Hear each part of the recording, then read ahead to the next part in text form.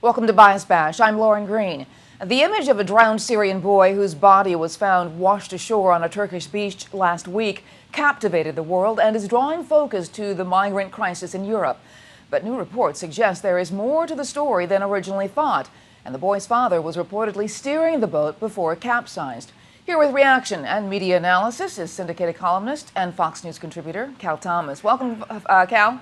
Hi, Lauren. Good to see you. As you say, the big media have carried pictures of the small boy who drowned while trying to escape, supposedly Syria, with his family. It was on the front pages of every major newspaper. It was on a lot of television screens in the big networks. Some of them blacked it out.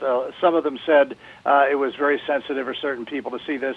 And it certainly was a gripping image. The problem is, as is so often the case with the big media, the initial story wasn't true. The father of the drowned 3-year-old was reportedly working with smugglers and, as you say, piloting the flimsy boat that capsized trying to reach Greece. Passengers on board disputed the initial version the man gave, but that came only several days later. The media went with the first story, however, because it promotes their narrative about compassion and bigotry on the part of those who are legitimately concerned about the massive influx of migrants or immigrants from some of these countries into Europe. ISIS members have said publicly they're using the immigrant crisis to smuggle terrorists into Europe and urging those immigrants to recruit others. Now, have you seen that mentioned in the media? I haven't. It's the same with threats by ISIS to invade and topple the Vatican and terrorists they've placed or recruited in America. There's been a virtual media blackout except for some conservative outlets. And while I'm at it, Lauren, when was the last investigative piece we've seen about the numerous Muslim groups with terrorist ties operating within the United States? One organization has produced a DVD called Jihad in America, The Grand Deception. It names groups and people and uses their own words stating their objectives. You can buy it on Amazon.com. Have you seen any mention of this in the mainstream media since it came out? I haven't. In my view, this is a dereliction of journalistic duty. The European and American public should be warned, and the media are failing to warn them, Lauren.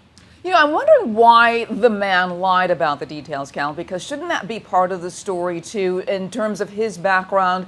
Because I'm certainly certain that, even if he lied, people would have compassion for him because he did lose his children. Well, it's true. But I think there was some fear on his part that if he, told the truth that he was piloting the boat, there would be consequences, perhaps legal consequences to him, as there was in that Italian ship that ran aground a couple of years ago, and the pilot of that ship who abandoned ship and left the passengers to their own. So I think there was probably some fear, and one can understand that. But the media's job is not just to carry the initial story, but to look behind it. It's a great cliche in our profession, Lauren, says if your mother says she loves you, check it out. I think that's a good standard, and especially on stories like this. All right, but my mother really does love me. I know that. I've met her. Okay. Thank you so much, Cal. Thank you, Lauren.